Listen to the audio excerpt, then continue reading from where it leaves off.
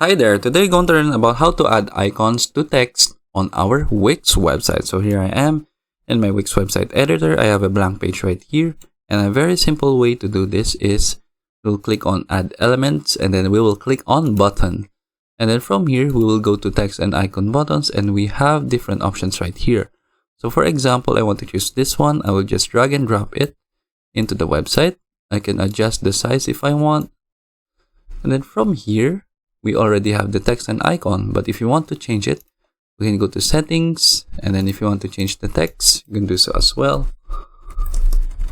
So for example, I want to change it to that one. And then for the icon, you can choose some different options right here. So for example, if I want to choose my image right here, for example this one, only vector art can be chosen, so I can't really choose a PNG or image file. So what we can do is we can go to media from Wix, and then we can choose from some vector art right here.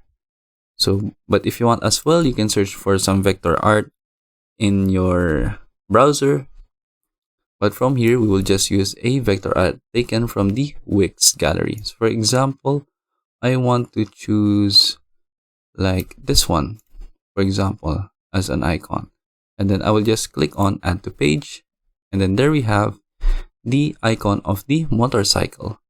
So if you want to customize this even more, we can close this one, and then we can go to design, and then from here we can just click on customize design, and then we can remove the background if you want. So for example, we want this to be 0, and then for the text we want it to change color, so we'll change it to black so that we can see it. We can change it to a bold style or italic, and then if you want to have some borders, you can do so as well, but since we removed the background, we don't really need to use this. If you want to change the corners, the shadows, you can add some as well for the layout and the icon. So if you want to increase the size of the icon, you can just do it as well.